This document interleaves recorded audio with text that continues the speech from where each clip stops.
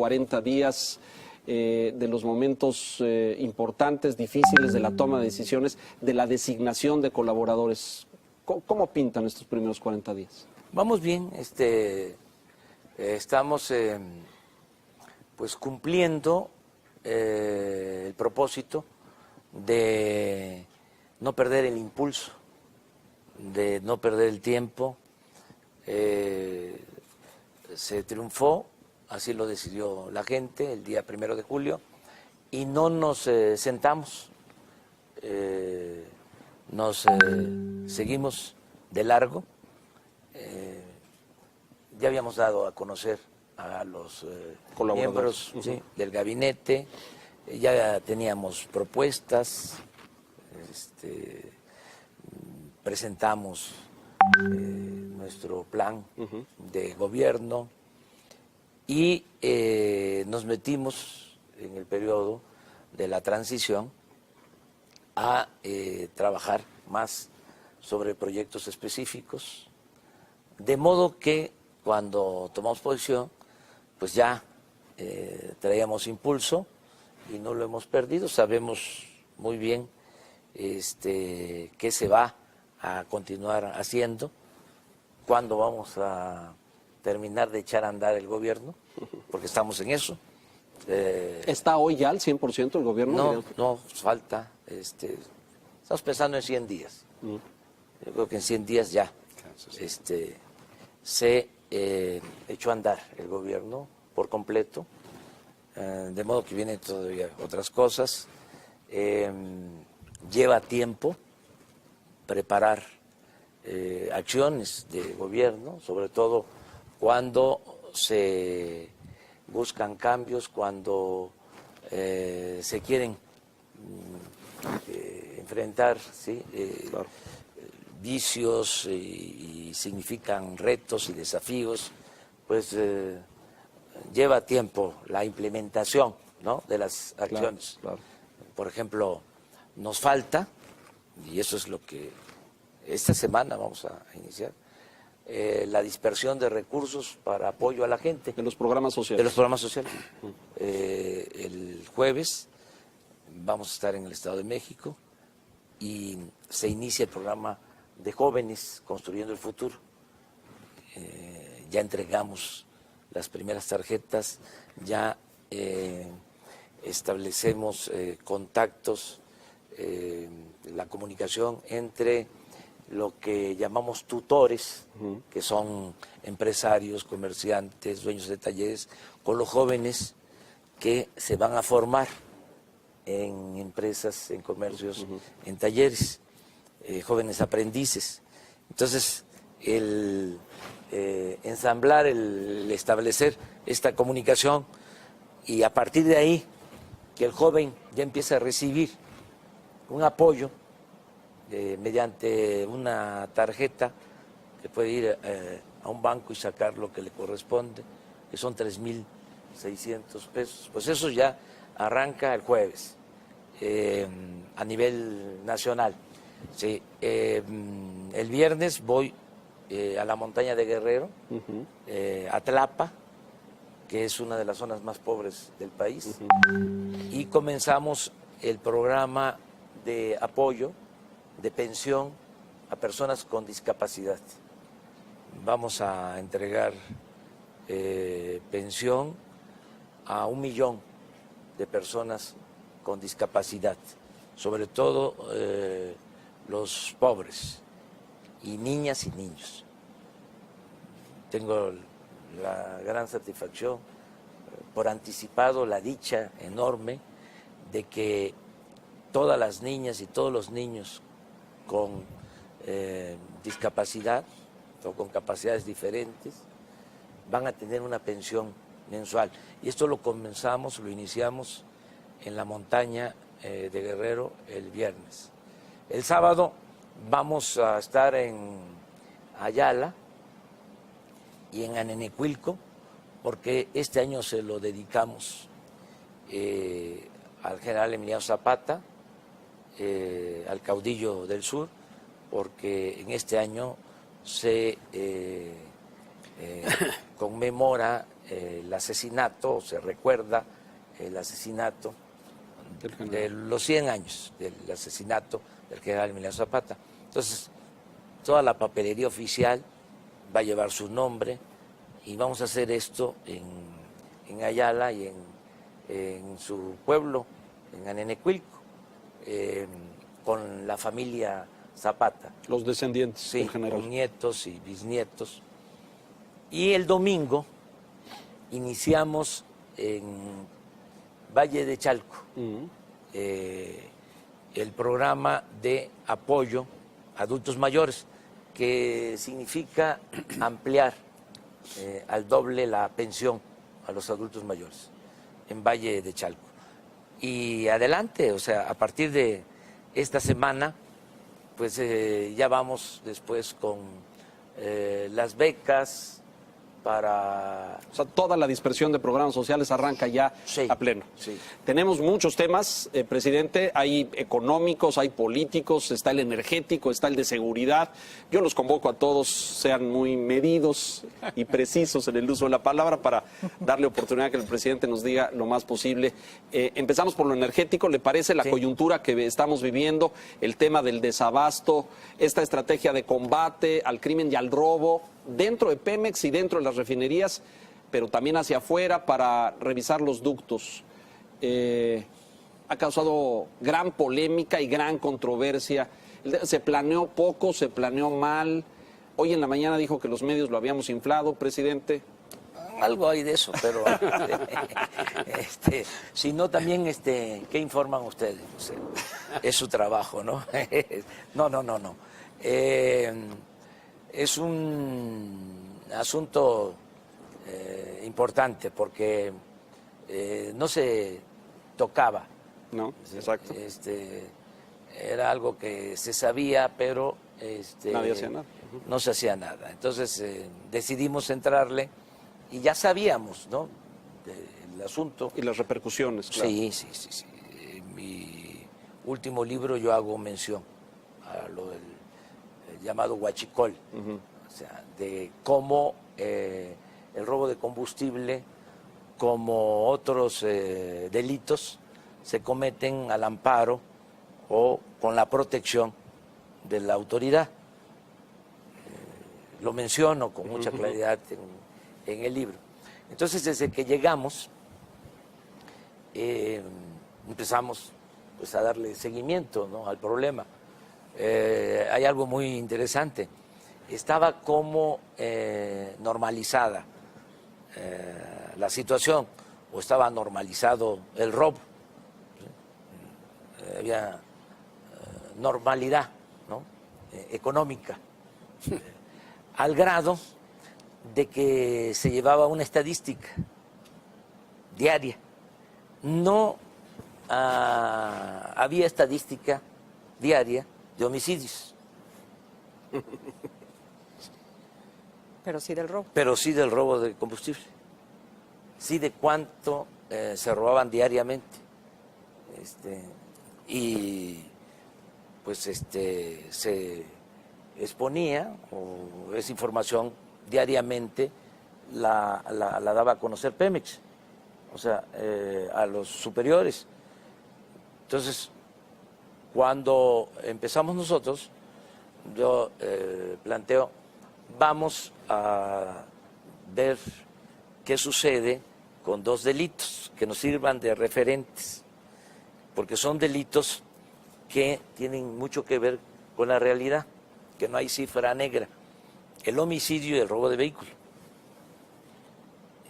Porque el robo, casa, habitación, el secuestro, pues son delitos que no se denuncian o no se denuncian por completo. El homicidio tiene que hacerse una investigación, tiene que abrirse una carpeta de investigación.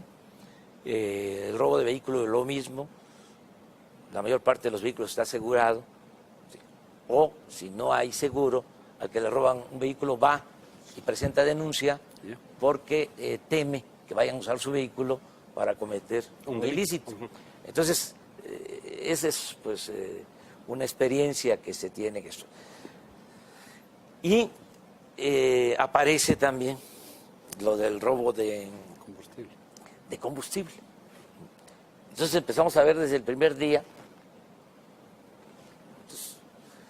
como una especie de enajenación, ¿no?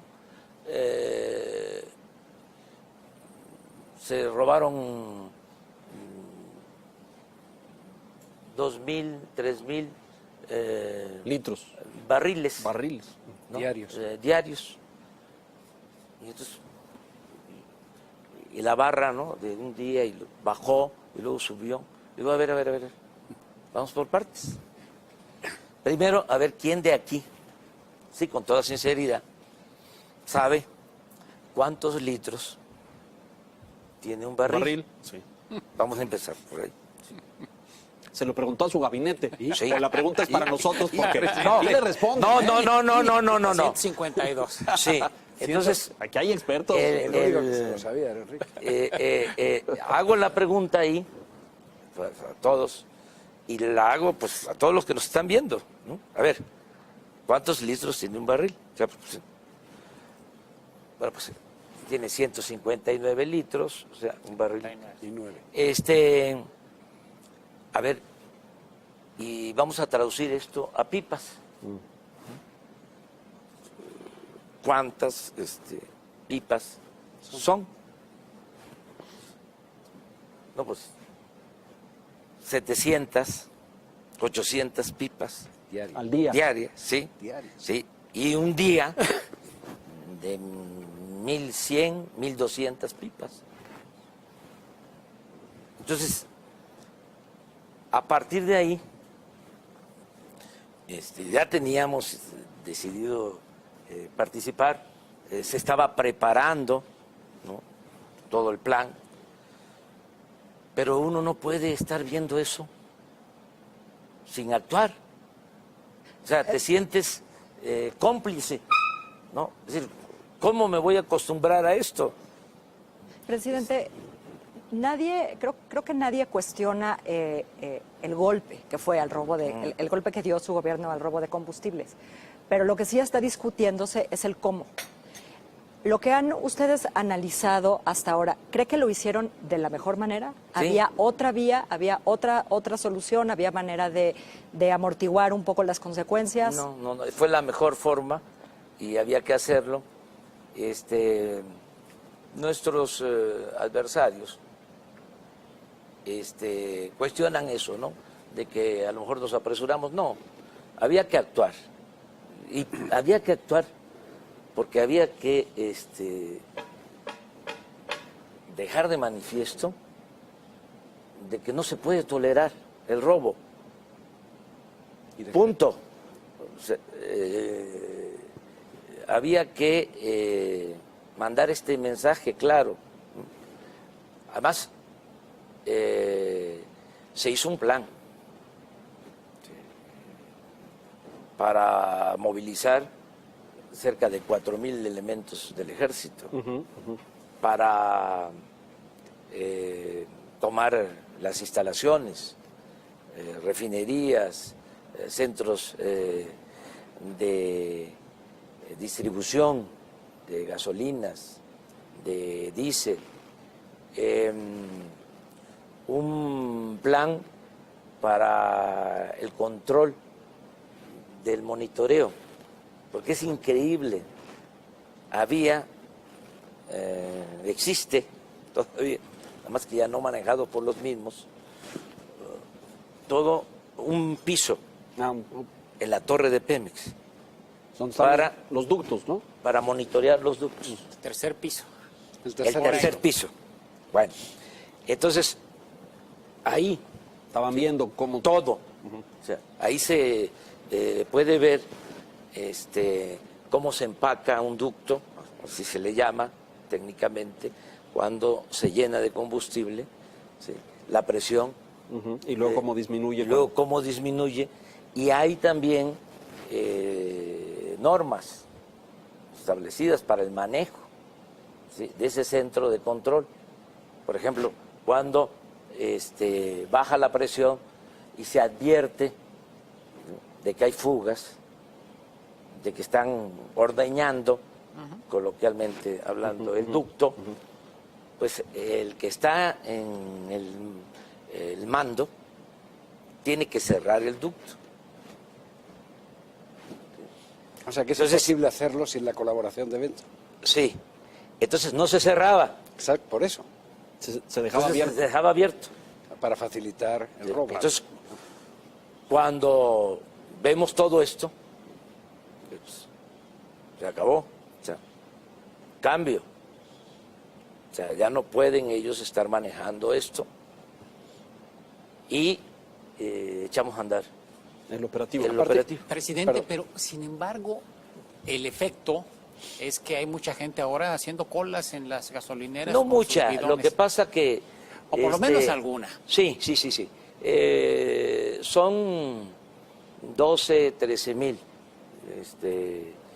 gasolineras o gasolinerías. Afectadas. No, en No, en la total. República. Total. Y hoy veía yo un periódico, ¿no?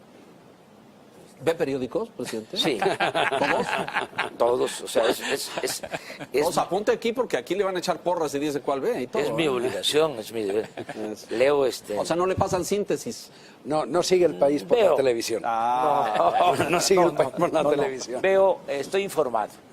Entonces, y le pongo más atención a unos que a otros. a lo que yo llamo la prensa fifí, con todo respeto.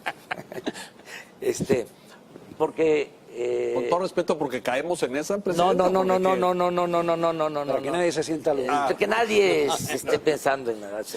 Es donde están nuestros adversarios. O sea, porque sí tenemos adversarios, no enemigos, ¿no?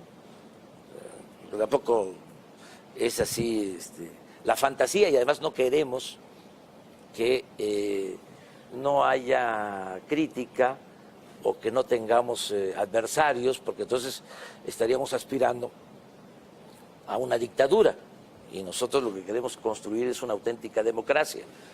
Entonces sí vemos que tenemos adversarios, o sea, que nosotros consideramos conservadores, como lo establece el término, ¿no? Los que quieren conservar, Pero los que en la quieren prensa, mantener presidente. el statu quo. No, es una corriente de pensamiento que ha existido siempre y que se manifiesta también en los medios. Siempre ha habido una prensa conservadora. Bueno, entonces sí veo, pero hoy en un periódico de estos que yo respeto pues mucho, también que no quiero que se malinterprete, porque no va a haber censura en el gobierno, pero sí vamos a debatir, sí vamos a ejercer el derecho a la réplica. O sea, va a haber diálogo circular, no nada más el cuestionamiento. Entonces, veo hoy que dice, hay desabasto en la Ciudad de México, hoy. Hoy eso empezó. Sí, y hoy y hay de hecho, desabasto en 6 Santa Fe. gasolinerías. Bueno, tú leíste la nota. Sí, claro. Sí. 6 gasolinerías. No, ahora O sea, el rumor de la como dirían los tarde jóvenes, es que se hace extendido. Pero es una exageración. O sea, ¿cuántas gasolinerías tiene la ciudad, presidente? Usted que se pues lo sabe debe tener como 800,000. 800. Sí. O Entonces, en 6, y la verdad que no deben de ser 6, deben ser más. Deben Pero- ser más. Deben ser Pero de- no sé, 20, nosotros Algunas calculamos. decenas, tal vez. Sí. Pero sí. de cualquier manera, Sí. yo creo Entonces, que pensamos que poco a poco se va a ir normalizando ¿Cuándo, y presidente? no queremos Ponerle día. no, porque entonces ellos mismos, nuestros amigos, los conservas, vuelven. van a decir, ya llegamos Y no cumplieron. al fin de semana, no ha cumplido, sí, no, que nos dejen, o sea, lo vamos a resolver, a cambio, ¿qué cosa le puedo decir a la gente? No, de que a partir de que iniciamos el plan, bueno, se robaban en promedio cerca de 800 pipas diariamente. A partir del plan traemos como 120, 130 pipas robadas todavía. Sí. Han dejado de robar 600 pipas diarias. Estamos hablando que se han dejado de robar como 8,000 pipas. Oye, hacía yo la cuenta y es aproximado de que si se ponen las pipas una tras otra, significaría como 80 kilómetros de pipas. Lo que hemos evitado que se roben en dinero 2.500 millones de pesos. En días. En días. En días. 2.500 millones. Bueno, es que se robaban más de 60,000 millones de pesos al año. Pero eso además, presidente, es frontal en el primer principio de su gobierno y de la cuarta transformación, que es la lucha contra la corrupción. Sí. Y además, perdón, y además a mí me parece muy significativo dos cosas. Primero, cuáles son los costos de enfrentar eso, que es increíble lo que usted explica, de que todo el mundo sabía que ese robo se producía y era un Pemex bis. Yo le oí decirlo a usted en una conferencia de prensa. El tema está, esto forma parte ya de lo que van a ser los ejes de sustituir, por ejemplo, la guerra contra los cárteles en la corrupción, empezando por la corrupción de dentro. Sí, sí. El principal problema, Antonio, del país es la corrupción. Claro, por eso. O sea, esto del robo de combustibles es una muestra, ¿no? O sea, muy importante, cómo, muy dentro. se empieza a dar. Yo tengo conocimiento de esto desde la época del presidente Fox y tengo conocimiento de que se tenía en el presupuesto, se daba por descontado y en aquel entonces me consta eran como 10,000, 12,000 millones y es muy interesante porque en ese entonces yo era jefe de gobierno de la ciudad y se repartía a los gobiernos estatales y también al gobierno del Distrito Federal todo aquello que significaba un excedente por precios. Sí, sí, correcto. De la sobreventa y del petróleo. De la subida de los precios, sí. Entonces se hacían las reuniones con gobernadores y Hacienda decía toca tanto en cada estado. les va a tocar esto. Yo por lo general no iba a esas reuniones. Pero el secretario de Hacienda, digo, el de Finanzas, de aquí de la ciudad, me insiste, no, hay que ir, fíjense que van a Era Urzúa, repartir. ¿no? Era Urzúa, en ese momento. Sí, Carlos Urzúa, el mismo que ahora es secretario de Hacienda. Van a repartir los excedentes, va a haber, y ahí voy, no sé, en un estado, en San Luis Potosí, en alguna parte. Y estaba de secretario Francisco Gil y de subsecretario Carstens. Entonces aparece Carstens, pues todos los gobernadores, ¿no?, frotándose las manos, se saboreaban. Pues, todos les iba a tocar algo. Meceados. Creo que se iba a repartir un excedente de 15,000 millones de pesos en aquel entonces. No sé, 2003, por ahí. 2002, 2003. Entonces, Carstens, ¿no? Pues sí, hay este excedente porque se calculó que iba a ser tal el precio del petróleo y fue mayor. Fue mayor el reparto. Pero tenemos que considerar que hubo una fuga por el manejo de los combustibles, hay una fuga, o robo de combustible, creo que de 10,000 o 12,000 millones. El caso es que no quedaba nada. Así, en la reunión con todos. Me acuerdo que... O sea, el excedente cubría lo que se habían robado. Lo que se habían robado en ese ejercicio. En ese entonces, 10,000 millones. Sí, pero fue aumentando hasta llegar a más de 60,000. Entonces, solo en esto, porque todavía hay que ver qué está pasando con la extracción de petróleo crudo. También. Y sobre el control, ¿sí?, de la producción petrolera. O sea, qué pasa en las plataformas, qué pasa allá en los ductos, qué pasa en los puertos. O sea, muchas cosas estas. Bueno, pero en fin, había que actuar, nos va a llevar algún tiempo normalizarlo. Yo reconocí de que la forma más barata de transportar la gasolina y los energéticos pues son los ductos. O sea, luego los buquetanques, luego el tren y luego las pipas. Son más caras.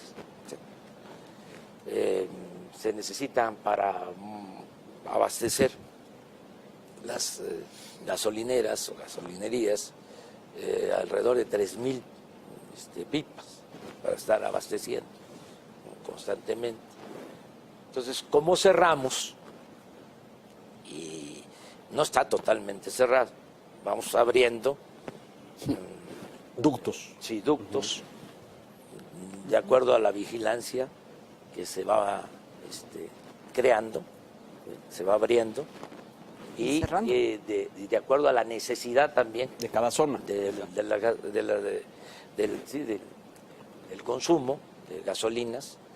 Entonces, eso es lo que estamos haciendo y distribuyendo por pipas. El momento es bueno por dos razones. Una, porque tenemos gasolina. Tenemos gasolina suficiente. No hay problema de No hay desabasto. problema. O sea, Pero hay que ponerla donde se necesita. sí, es un asunto de distribución. Pero es muy importante tener la gasolina en las instalaciones de Pemex, tenerla, porque no hay que olvidar que desgraciadamente estamos comprando la gasolina en el extranjero. O sea, consumimos 800,000 barriles diarios y compramos 600,000 barriles.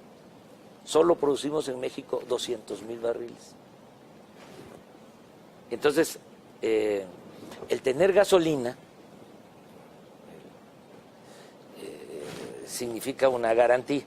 O sea, porque en el peor de los casos, ¿sí?, se abre El ducto.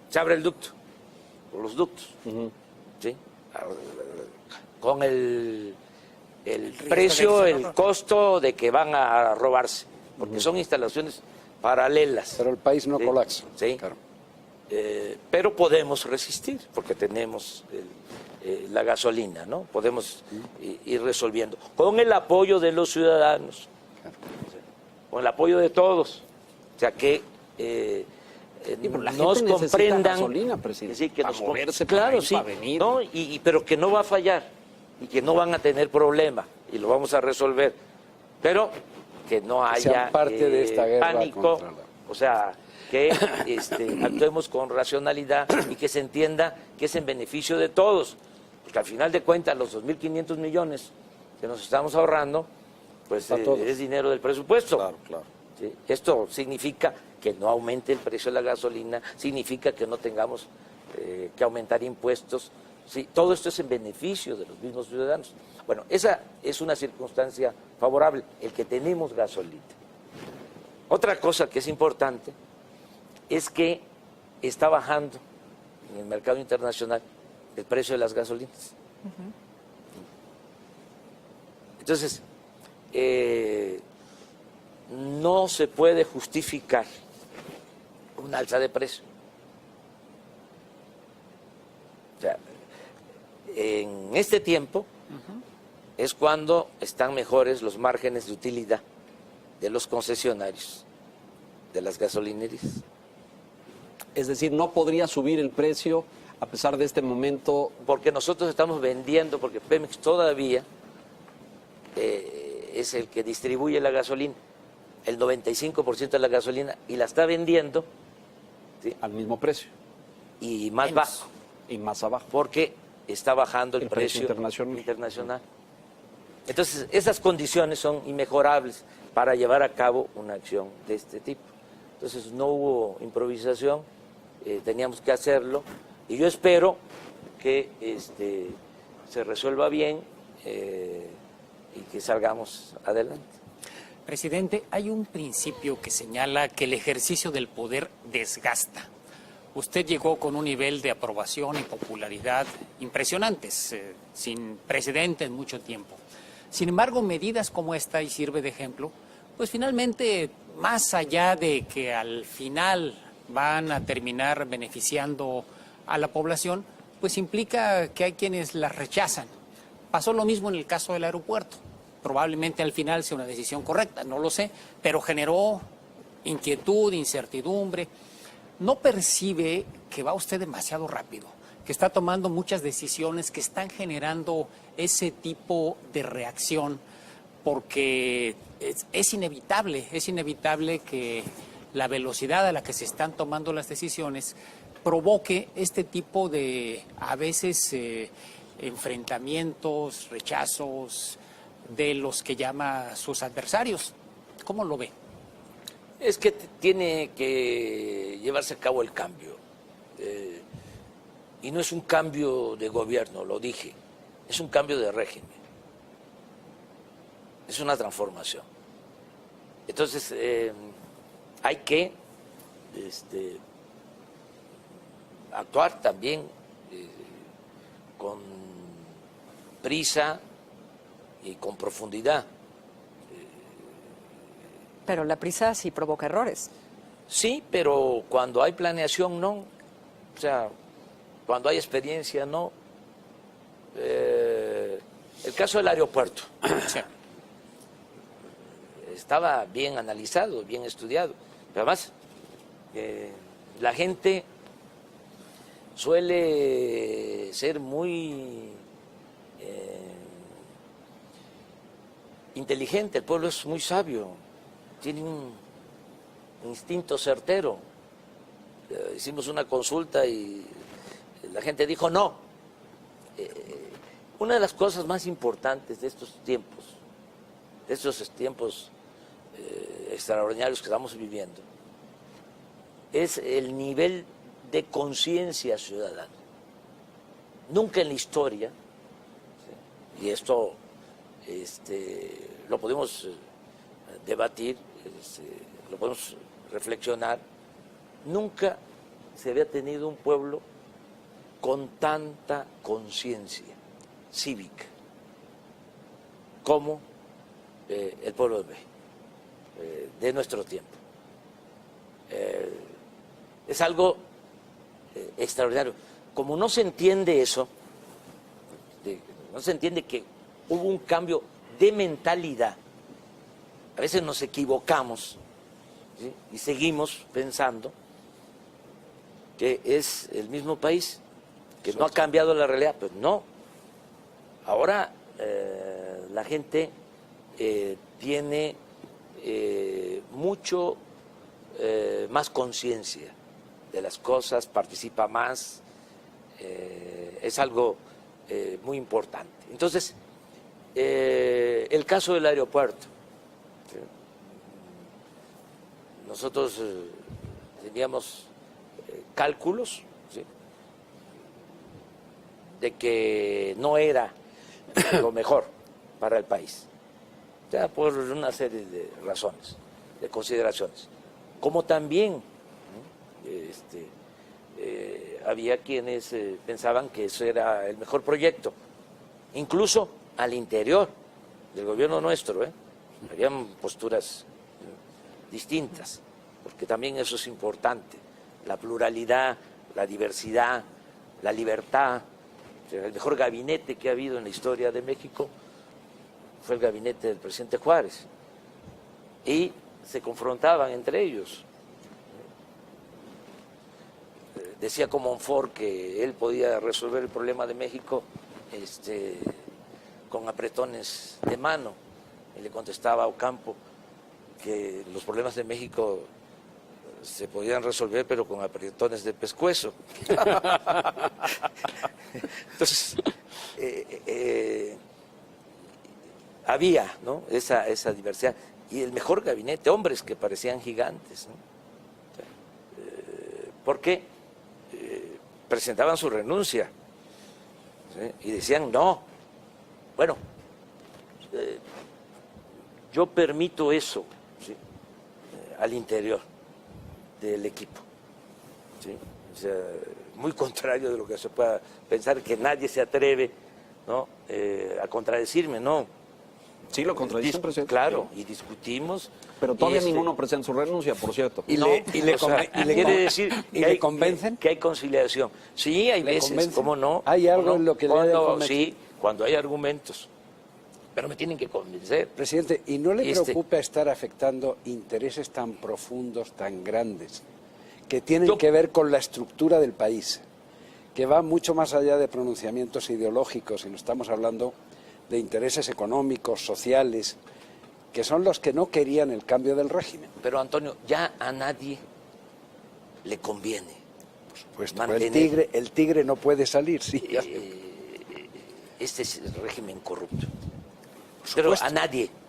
O sea, ya es contraproducente para todos. Pero los corruptos, por ejemplo, los que tienen el negocio detectado y cortado hoy, durante estos días por su gobierno en el Huachecol. Por ejemplo, los temas que puedan estar implicados o que motivaron las dudas sobre la corrupción en el tema. Todos esos son intereses que están siendo afectados ahora. Sí, pero ellos tienen ya que aceptar que es otra realidad, que ya no se puede seguir saqueando al país. Y usted lo va a permitir. Claro. Pienso que todos los seres humanos, ¿no? Tenemos capacidad para rectificar, ¿no? Yo creo en eso, ¿sí? Creo que una persona se comporta de una forma durante un tiempo y puede cambiar. Creo en eso. ¿Sí? Entonces, yo estoy llamando, incluso eso es lo más importante, el que no actuemos de manera coercitiva, que no solo sea, ¿sí?, por la aplicación de la ley, De la fuerza. sino que sea el convencimiento, el persuadir de que hace falta que entre todos logremos la transformación, que logremos el cambio. En el caso del aeropuerto, vamos a resolver el problema. ¿Le va a costar ¿Cuál es? mucho a México, presidente? No. Hay que pagar los bonos. No, pero de todas maneras nos vamos a ahorrar mucho dinero. O sea, yo estoy esperando, porque es todo un desafío, terminar el nuevo aeropuerto. O sea, lo vamos a terminar en 3 años. O sea, vamos a tener en 3 años 5 pistas. 5. Seguir con el aeropuerto de Texcoco iba a significar tener 2 pistas en el 24. Nos íbamos a pasar todo el sexenio construyendo, si nos iba bien. Estoy hablando de los planes oficiales de construcción. Para tener 2 pistas y para iniciar la operación de ese nuevo aeropuerto, íbamos a tener que cerrar el actual aeropuerto y también el aeropuerto de Santa Lucía. 2 aeropuertos para contar con 2 pistas. Bueno, en 3 años, sí, de manera muy general, porque nos llevaría mucho tiempo explicar otras razones y otros beneficios. Pero en 3 años vamos a tener 5 pistas, 2 aeropuertos. Vamos a resolver el problema de la saturación del actual aeropuerto y vamos a estar ahorrándonos por lo bajo 100,000 millones de pesos, aún pagando los bonos y la fibra y Híjole, presidente, lo que no ya nos se salen las invirtió. cuentas. Eso no dice la servilleta. Eso no dice, no, bueno, no solo la servilleta, sino lo que se debe de bonos, el compromiso del TUA, del impuesto, Todo. de ese que va a estar comprometido ahí por los siguientes no sé cuántos años. Yo te hago las cuentas de manera muy sencilla. de manera muy sencilla. Tenían estimado 300,000 millones de pesos. ¿Para acabar con Texcoco? Con Texcoco. El costo. 300,000 millones. Pero el costo total, dice. Total, usted. sí, Correcto. 300,000. Sí. Además, Sí, como 15 mil millones de dólares. sí, digamos. añado que cuando empezaron el tren De Toluca. de Toluca a la Ciudad de México estimaron 29,000 millones. De pesos. De 29,000 millones de pesos. Y llevan, o sea, se lleva hasta ahora 65,000 millones. ¿Y qué provocó eso?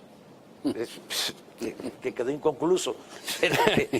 Y que todavía faltan 20,000 más. Yo estoy hablando de las estimaciones.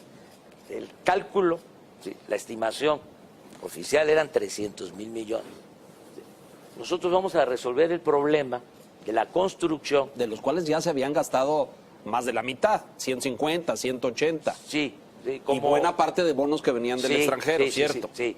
Pero estamos hablando de 300, en general, sí, partiendo de estas. Nosotros vamos a resolver el problema con 80,000 millones. 80,000 millones. Va a costar la conexión Santa Lucía. del aeropuerto actual con Santa Lucía, la conexión, o sea, el tren elevado que vamos a construir, el arreglo al aeropuerto actual, que tenemos que arreglar. Y vaya que lo necesitan, Sí. presidente. ¿Y qué creen que está pasando en el aeropuerto actual? Usted ahora lo visita mucho. Sí. Pues se, hoy... se está hundiendo. Sí, claro, como no, lo sabemos todos. Vemos. Entonces, y no está, ¿sí?, en el lago de Texcoco, o sea, está cerca del Peñón, o sea, es la parte un poco más firme, ¿no? Lo otro Es agua. O sea, era pues un lago, construir el aeropuerto en un lago. Pero bueno,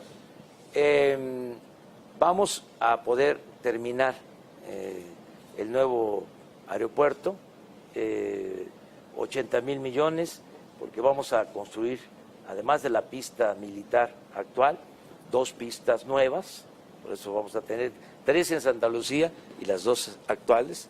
Desde luego, una nueva terminal también en Santa Lucía. Todo eso por 80,000 Todo millones. eso por 80,000 Es usted un millones. mago, presidente.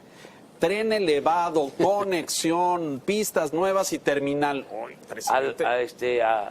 A las pruebas me remito. Está bien, vamos a ver los números. Es que es muy interesante. ¿Qué va a pasar Esto es que, si ¿saben Mitre qué? y OASI, estos organismos internacionales que regulan la aviación civil, no otorgan su respaldo, su beneplácito para que ahí aterricen Ya. aerolíneas internacionales? Ya Ya lo nos dieron calcularon. un dictamen, sí. No hay ningún problema. No hay ningún problema. Eso Es muy técnico, está bien. No solo técnico. Fue muy manipulado. O sea, le voy a dar un dato. O sea, saturaron deliberadamente el actual aeropuerto. ¿Por qué lo saturaron? El aeropuerto de Toluca tiene capacidad para 600,000 Pasajeros. pasajeros. Mueve 60,000. Movía mucho más, ¿sí?, y prácticamente lo cerraron. Porque querían justificar la construcción del aeropuerto en el lago de Texcoco. Pero bueno, esa es historia, ha generado mucha polémica. También la parte ecológica, por ejemplo, es increíble, ¿no? Así como la amnesia, o el no ver las cosas, ¿no? Empiezan a hacer el aeropuerto en Texcoco, ¿no?, y no hay protestas de los ambientalistas. Oiga, Nada, o sea, nada. Y resulta que significaba, ¿sí?, desecar, ¿sí?, el lago que se fue construyendo, que se fue creando durante muchos años, para que regresaran las aves, los patos. En Labor Carrillo. Exactamente. Había hasta la comisión del lago de Texcoco. Se invirtió muchísimo dinero para eso. Entonces, ¿dónde estaban los ambientalistas, los ecologistas? ¿Qué hubiese pasado? Eso sí, si la gente hubiese votado porque se continuara. La consulta Pues, ni se mete, no. presidente, porque la consulta fue... Sí, si se continuara, si se hubiese continuado el aeropuerto en el lago, hasta me imaginaba yo la consigna, ¿no? AMLO no, patos sí. Oiga, presidente, pero ese dictamen de Mitre es importante porque no es público. No es Mitre precisamente. O sea, son especialistas europeos que han dado opiniones de que no hay ningún problema. ¿Sí? Los de No antes, quiero los que yo ya- meterme en eso, pero sí hubo falta de profesionalismo en la definición. Se nos va a acabar el tiempo y tenemos mucha agenda. Don Enrique, Muchos temas. por favor. Presidente, hay una percepción allá afuera a propósito de que a usted no le gustan las críticas. Algunos lo consideran intolerante. Al presidente López Obrador le molesta que haya críticas. ¿Qué responde a ello? Que no, yo soy demócrata, ofrezco disculpa por hablar de mí, pero no soy autoritario, respeto el derecho a disentir, ¿sí? Incluso me siento muy bien con la polémica. Lo que pasa es que no dejo pasar ciertas cosas, porque tampoco puedo estar contestando todo, ¿no? Entonces, me gusta responder y me genera un poco de gozo, ¿no? A veces Se le nota, decirle, se le nota. Se nota. decirle, Dígalo, dígalo, presidente. No, por ejemplo, decir que mis adversarios son conservadores, ¿no? Con apariencia de liberales, es un gozo, ¿no? Porque cómo se presentan, ¿no? Pero usted quiere que... como liberales, ¿no? Como gente de avanzada, pues no, son muy conservadores. ¿Por qué Progresistas. conservadores? ¿Sí? Porque no quieren al final que haya cambios. Y hay conservadores de derecha y hay conservadores de izquierda. Sí, ¿eh? claro. Porque ahora sí que los extremos, ¿no? se tocan. ¿Sí? Hay gente en la izquierda extrema, o la extrema izquierda, que no está de acuerdo con nosotros, porque ellos, considero yo, con todo respeto, que quieren que se mantenga el mismo régimen. Parece una contradicción, ¿no? Pero es el mantener el mismo régimen de opresión, ¿sí? El no cambiar la realidad. Hay mucha gente que vive, ¿sí? de administrar El fracaso. ¿sí? La tragedia. Entonces, pueden ser muy buenos para el análisis de la realidad, pero no se proponen transformar la realidad. O sea, no. O sea, entonces, eso se da en la derecha y se da en la izquierda. Nuestro planteamiento, o sea, por lo que hemos luchado todo el tiempo, es decir, sí, esta es una realidad de injusticias, de corrupción, pero la tenemos que transformar. O sea, no regodearnos, ¿sí? con la tragedia. Por ejemplo, ahora, cuántos están apostando, no Al solo desabasto. de la derecha, sino de la izquierda, a que fracasemos. Se frotan las manos, ¿no? O decir, ¿ya vieron? Son lo mismo.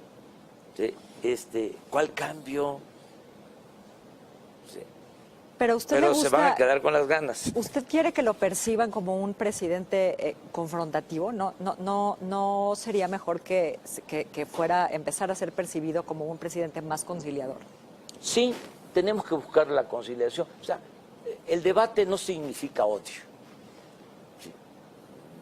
Yo no odio a nadie. O sea, yo soy feliz por eso.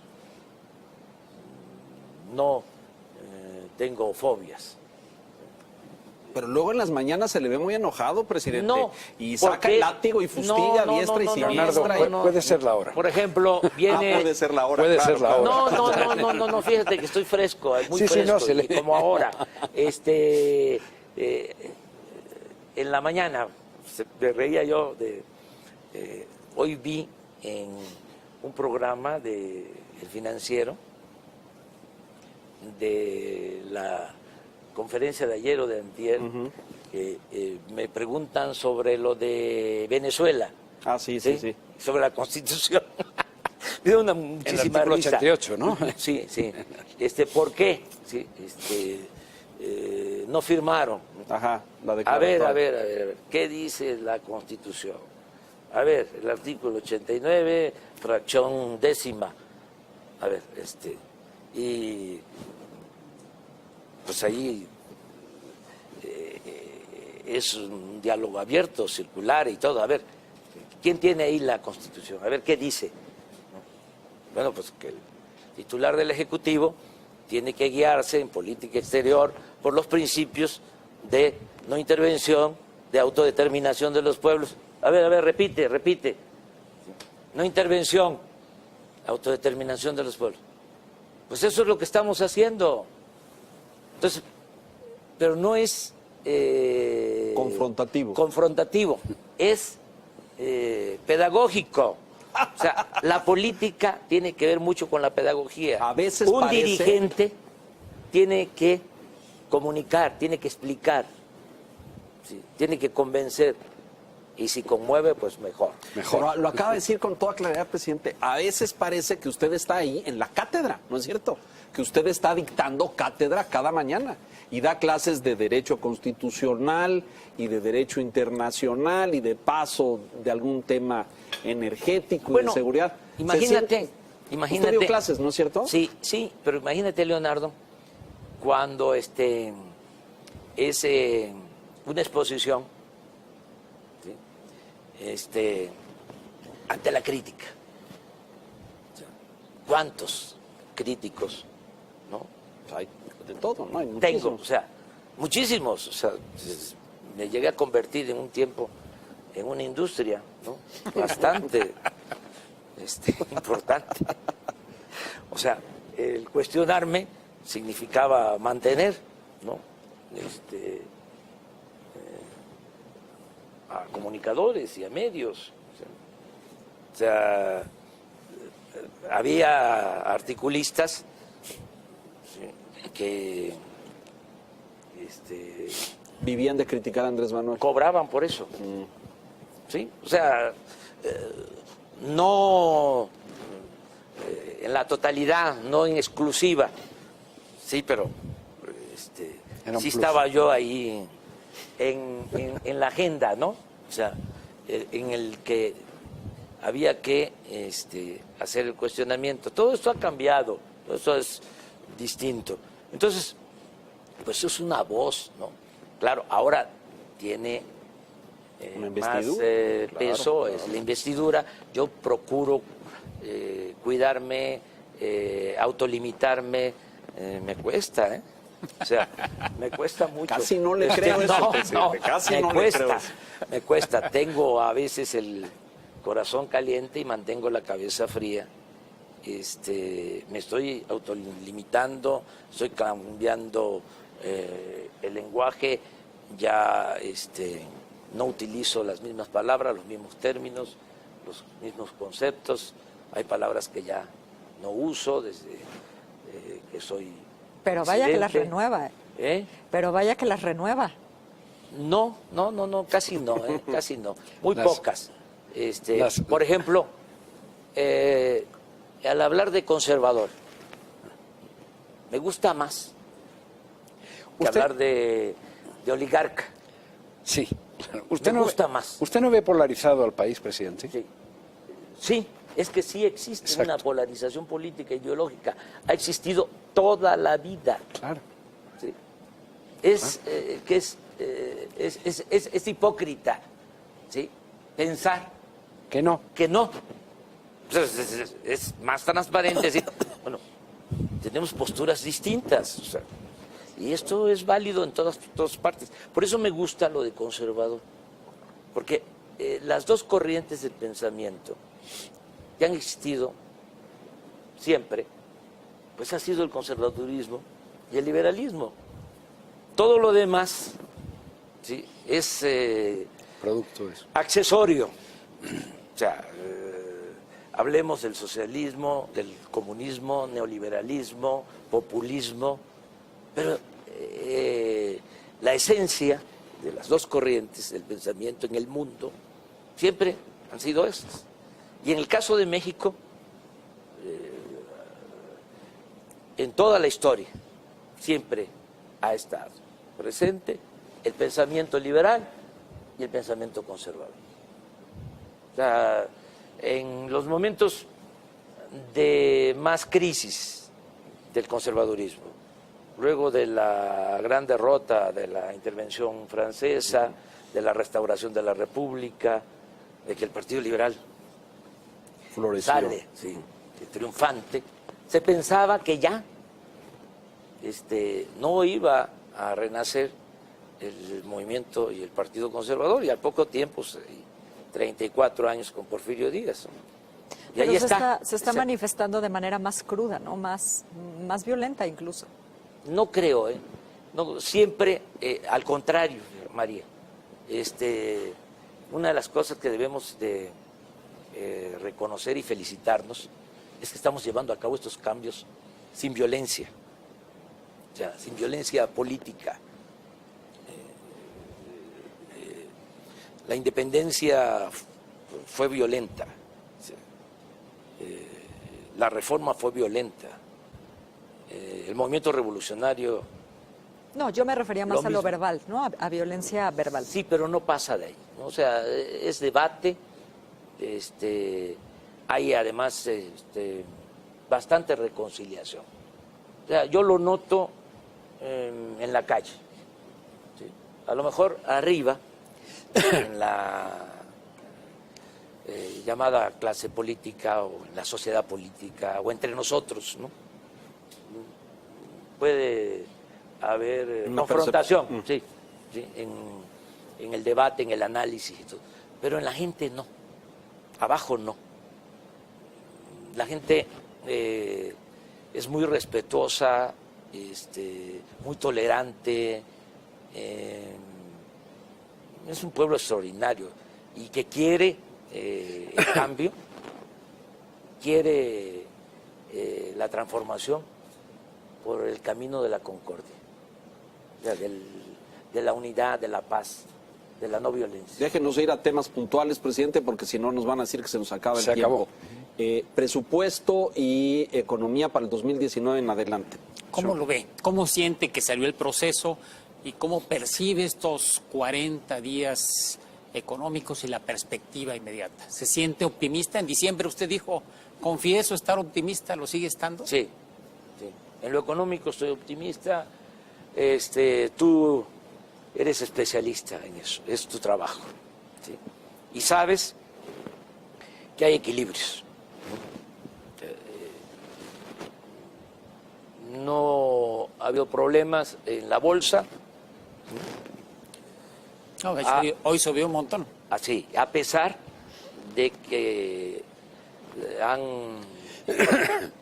tenido caídas considerables y alteraciones, vamos a decirlo, las bolsas del extranjero. La bolsa mexicana ha resistido.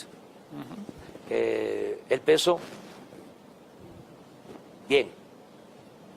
No quiero echar las campanas al vuelo, pero de hecho fortalecido en los últimos 2 días. sí, sí,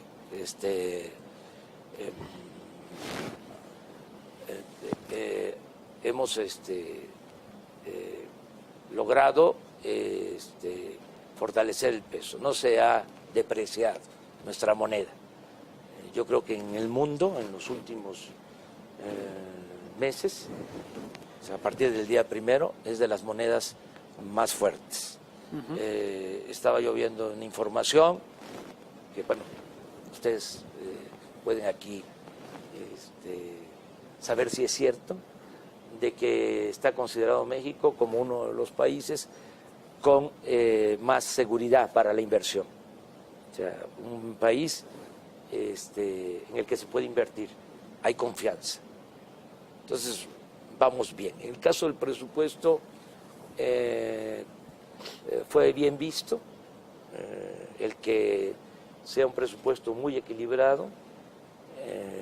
Cumplimos con los compromisos de no dejar de pagar servicio de deuda, de destinar recursos para el pago de pensiones, de jubilaciones. Se incrementó, esto no se sabe, pero es importante, se incrementó el monto de las participaciones federales a los estados, en términos reales, en 8%. O sea, van a recibir más los estados y municipios. Pese a la posición de algunos gobernadores. Sí, porque pues están en su deber, ¿no?, de pedir más para sus estados. Están cumpliendo su con trabajo, eso. ¿no? Es su trabajo, claro. es su trabajo. Pero lo cierto es que hubo un tratamiento muy respetuoso. Y al mismo tiempo tenemos inversión. Vamos a tener cerca de 700,000 millones de pesos para inversión. O sea, creció el monto de inversión y aseguramos todos los programas sociales, los compromisos que hicimos. Sin déficit, sin aumento en el déficit, sin deuda, sin impuestos, sin aumentos de impuestos en términos reales y sin gasolinazos. Entonces, ahí vamos, va bien. El objetivo es que haya crecimiento económico, ¿sí? Ese es el objetivo que tenemos. Pensamos que lo vamos a lograr porque tenemos proyectos muy importantes. Vamos a desarrollar mucho el sur-sureste, ¿sí? El Tren Maya, la siembra de 1 millón de hectáreas de árboles frutales maderables, que va a representar dar empleos a 400,000. A ver, lo detengo ahí un momento, presidente, porque yo he escuchado y he visto análisis de muchos economistas que dicen que el énfasis se puso de forma muy significativa en lo social, en esta inversión social, en los programas sociales, y que la parte productiva o el presupuesto destinado a generar inversión, infraestructura, plazas de empleo, ese es mucho más reducido. No sé cómo están los porcentajes, pero creo que en lo social está como en 60% más o menos, ¿es correcto? Y en lo productivo a lo mejor un poquito menos. ¿Qué dice esto? La idea es... No, sí estamos destinando recursos como nunca a lo social. O sea, vamos a... Y menos a lo productivo. No, también.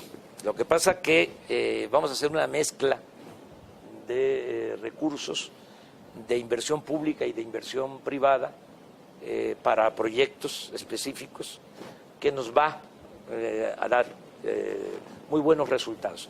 La inversión pública para proyectos productivos va a ser básicamente capital semilla. Voy a poner un ejemplo. El Tren Maya. Muy polémico, por cierto, Sí, también, sí, presidente. sí. Pues sí, 1.500 kilómetros de... Ahí tampoco hemos vías visto a los ecologistas levantando férreas. la voz, por cierto. No, pues es que no hay razón. Voy a explicar por qué. O sea, son 1.500 kilómetros, ¿no? Y la mitad de esos 1.500 kilómetros, 800 kilómetros, es la antigua vía ¿sí? del tren del sureste, que se construyó en los años 50 del siglo pasado. O sea, y hay Entonces, la mitad ya está trazada, digamos, sí, ya está ahí. Sí, hay un derecho de vía, no se afecta en lo más mínimo. Y de regreso de Cancún hacia Escárcega, los otros 1.700 kilómetros, vamos sobre el derecho de vía de la carretera y de la Comisión Federal de Electricidad. O sea, este tema de que se tumba selva, ¿eso es falso? No se va. ¿Nada? falso, ¿No se toca? Ni un árbol. Ni un árbol. Al contrario, vamos a sembrar, les decía, en el sureste 1 millón de hectáreas de árboles frutales y maderables. O sea, pues es una oposición que respetamos, pero que no tienen razón. Hay que enfrentar todo esto, o sea, además garantizar el derecho a la crítica y a la polémica. El no dejarnos sobre esto es a lo mejor lo que nos puede presentar como intolerantes, pero no, que haya críticas. Bueno, pero bueno, el tren, calculamos que son 180,000 millones De inversión. de inversión, pero nosotros vamos con 50,000 millones, o sea, El gobierno. el gobierno. Correcto. Sí. ¿Y lo demás viene de? De iniciativa privada. Iniciativa privada. Nacional. Es una mezcla nacional y extranjera. Y aquí voy a decirles algo que es importante. Para crecer, esto lo sabe muy bien Enrique, y lo saben los economistas, y lo saben los especialistas, pues se requiere de inversión pública, pero también de inversión privada. Pero no solo de inversión privada nacional, se requiere de inversión privada extranjera, se necesita. Y hemos estado haciendo una labor importante de convencimiento, ¿sí? de acuerdo con el gobierno de Estados Unidos, para que el fenómeno migratorio lo enfrentemos con desarrollo, con empleo, y lograr que la migración sea optativa, ¿sí? no obligatoria. La gente no sale de sus pueblos, no abandona a Sí, sus por familias gusto, claro, por gusto, no, sino lo hace por por necesidad. claro. Entonces vamos a desarrollar. O sea, esto lo han estado hablando sureste. con Washington. Sí, con el presidente Trump, que ha sido respetuoso con nosotros. Y estamos trabajando. Hasta ahora, a ver el jueves que va A ver la el frontera. jueves, sí. Sí, pero nosotros vamos a buscar siempre una relación de cooperación y de amistad. Pero con el usted ve al gobierno de Estados Unidos. Unidos invirtiendo en Centroamérica como le propuso. Es que quiero decirles eso. Se comprometieron a invertir en Centroamérica 5,000 millones de dólares. Y lo más importante es que tenían un compromiso inicial de inversión para México de 2.800 millones de dólares y lo ampliaron y decidieron invertir 2,000 millones de dólares más en el sur-sureste. Estamos hablando de 4.800 millones de dólares de inversión extranjera. Si logramos esto, de llevarse a cabo esto, de 18,000 millones de dólares de inversión extranjera para este año, sí, que fue lo que se obtuvo el año pasado, o algo parecido, no sé, Enrique, esa cantidad, 18,000 millones de dólares, si nosotros logramos inversión extranjera, porque no es nada más con Estados Unidos, tenemos acuerdos de cooperación con Canadá, y viene ahora el presidente español y queremos llegar a acuerdos de cooperación. Nosotros tenemos como socios comerciales, como socios económicos a Estados Unidos, en primer lugar, cuanto a inversión, y en segundo lugar a España. Entonces, nos importa mucho esta visita del presidente español, que además llevamos buena relación, o nos hemos caído bien. Algo parecido a lo que ha sucedido, aunque parece increíble, por el presidente Trump. Él nos ha tratado de manera muy respetuosa y nosotros lo mismo. Va a haber respeto mutuo, nos conviene. Entonces, a tu pregunta, ¿sí?, que si es poca la inversión en lo productivo, yo creo que esa inversión va a crecer y eso nos va a permitir que podamos crecer ahí, desarrollarnos. María. Perdón, presidente, pero le voy a cambiar el tema totalmente. Si yo tengo un desacuerdo hasta ahora con su gobierno es en el tema de la Guardia Nacional. Pues quería preguntarle si su postura con respecto al mando en manos militares es inamovible o si se le puede convencer de eso. Pues yo creo que lo más conveniente es utilizar a una institución como el Ejército, con la experiencia del Ejército, para crear la Guardia Nacional. El Ejército mexicano es un ejército surgido del pueblo, es un ejército revolucionario, un ejército que se creó para enfrentar a Victoriano Huerta. Se creó en 1913, el nuevo ejército. Ha sido muy respetuoso de la autoridad civil. No es el ejército de otros países, es distinto. Ahora que me tocó decidir sobre quién iba a estar de general secretario, quién iba a ser el secretario de la Secretaría de la Defensa, vi los expedientes de todos los generales en activo y me llamó mucho la atención, hijos de campesinos, de obreros, de comerciantes, de mecánicos, de soldados. Es un ejército. Estoy hablando de los generales, altos mandos. Los altos mandos. Sí. Entonces, y yo tengo la convicción de que podemos darle un giro al ejército. ¿Un giro? Sí. De que no solo se ocupe de la seguridad nacional, de la seguridad interior, sino que nos ayude en la seguridad pública. Y esto es aprovechar experiencia, aprovechar recursos, aprovechar elementos. No se sabe que el presidente, el titular del Ejecutivo, cuenta solo con 20,000 efectivos para enfrentar el problema de la inseguridad y de la violencia, el grave problema de la inseguridad y de la violencia. Porque de acuerdo a la Constitución, el Ejército y la Marina no pueden hacer labores de seguridad pública. Entonces se creó la Policía Federal hace 20 años y ese proyecto fracasó. O sea, no es una policía capacitada, profesional. No se hizo un buen trabajo para tener una policía. Entonces ahora se cuenta con 20,000 elementos, son en total 40,000, pero la mitad está dedicada a otras funciones. No tienen instalaciones, no tienen cuarteles, van a misiones a los estados, se hospedan en hoteles. O sea,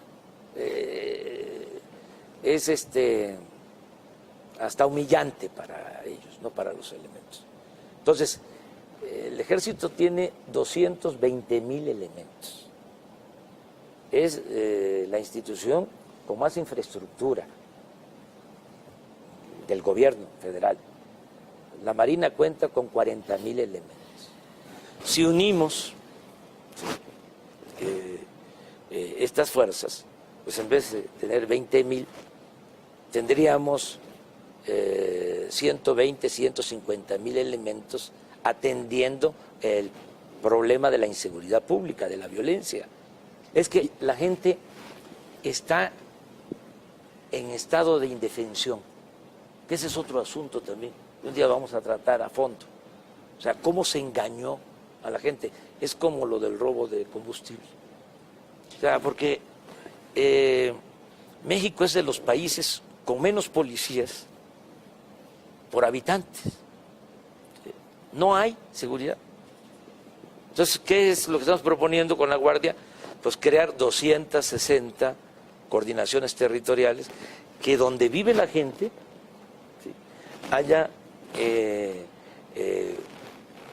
un cuerpo de seguridad de 300, 400 elementos, ¿sí?, enfocados a la seguridad pública, a la seguridad del ciudadano, no a la realización de operativos, ¿sí?, porque como no tenían elementos y como era otra la política, a ver, Pero bajo mando militar. Es que entonces no va a haber Sí. policía ¿Cuál es nunca, la ¿no? diferencia sí, Ahí está, exacto. de estos 12 años? Estos 12 años, el Ejército y la Marina han estado en las calles, La han participado en diferencia- operativos, sí, que primero de que no se han ocupado de la seguridad pública.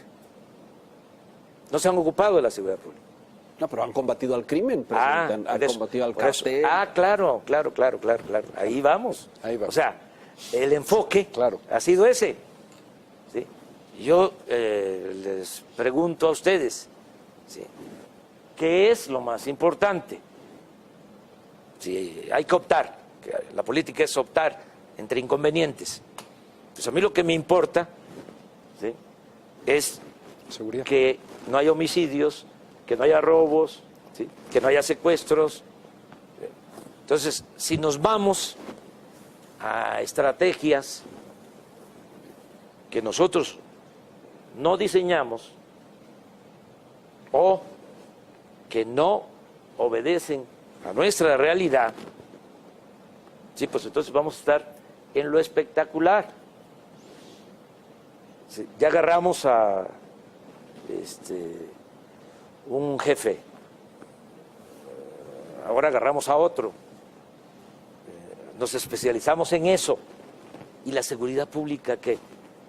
O sea, ese es el tema. Pues, Eso explica, presidente, que desde que usted ganó las elecciones ha habido un cambio en el discurso. Ya no es la lucha contra el crimen y los cárteles.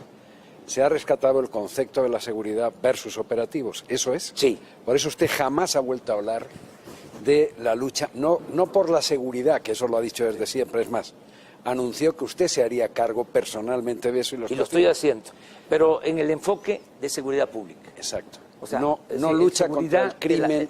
sí, seguridad Los cárteles. De la gente. Y la otra cuestión que es importante, o sea, y otras más, pero bueno, el trabajar de manera coordinada. ¿Qué hacían? Defensa Pues, Marina y la Sí, nueva corporación sí, o la sí, policía. Ajá. Sí, o sea, trabajaba por su cuenta la Marina,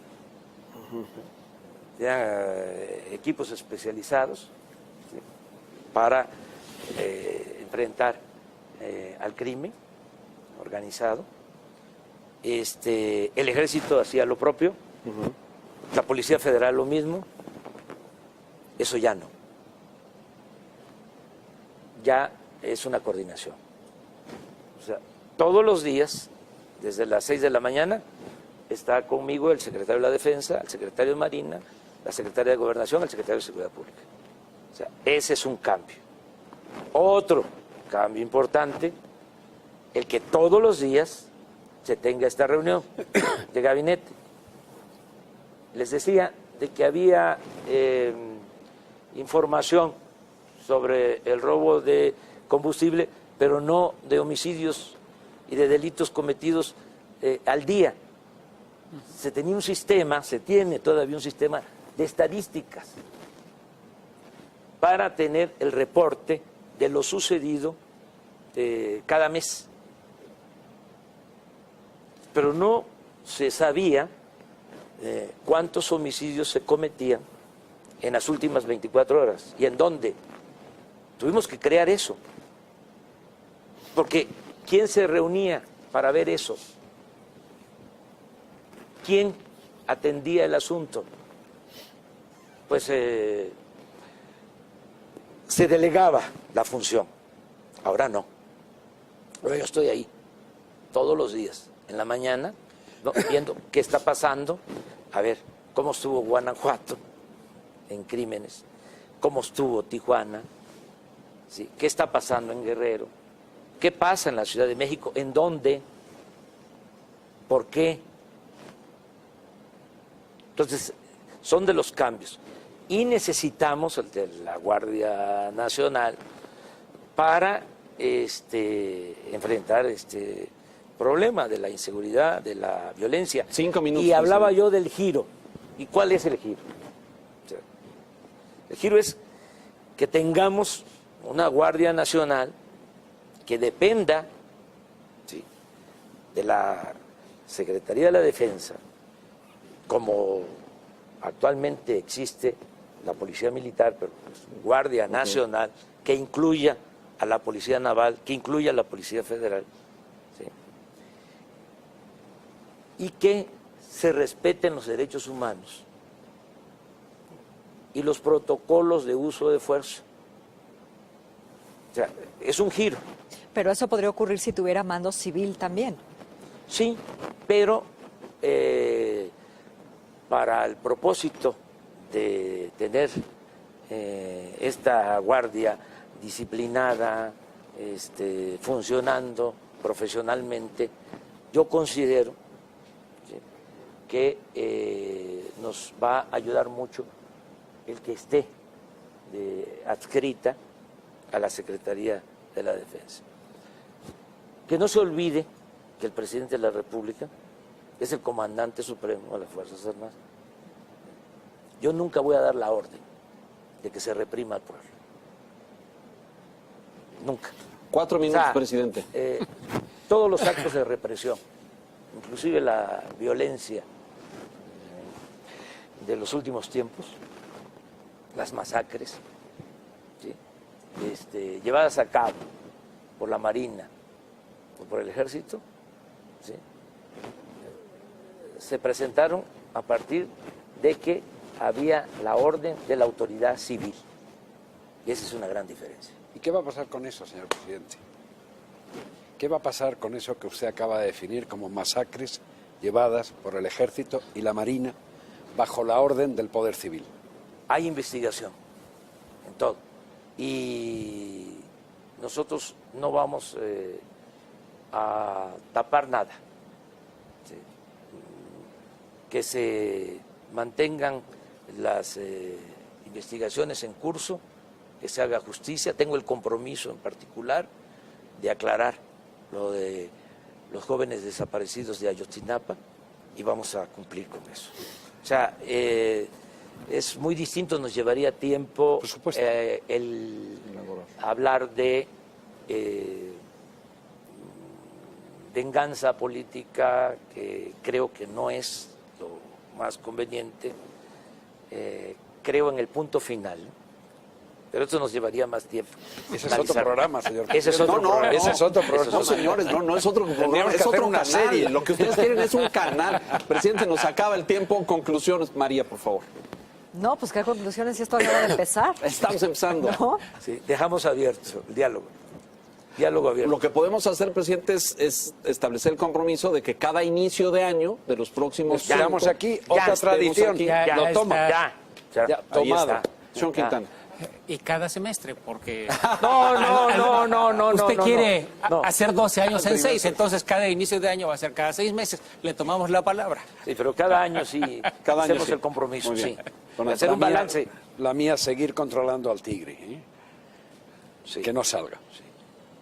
Sí, es muy importante. Por eso. O sea, que la gente tenga fe, que tenga esperanza, que podemos lograr los cambios sin violencia, Eso por es. la vía pacífica, por el camino de la concordia. Bienvenido, presidente, nuevamente. Muchas gracias a ustedes. Muchas Gracias por estar aquí, gracias por este espacio de diálogo, de poder confrontar puntos y de conversar. Dejamos la puerta abierta para que lo sigamos haciendo más adelante. Muchas gracias al financiero. Muchas y gracias. a todo el equipo, a ustedes, a los camarógrafos, A todo el los equipo aquí en periodistas, San desde luego a los directivos, a Manuel Arroyo, a los articulistas. Pareció flecha con destinatarios. No.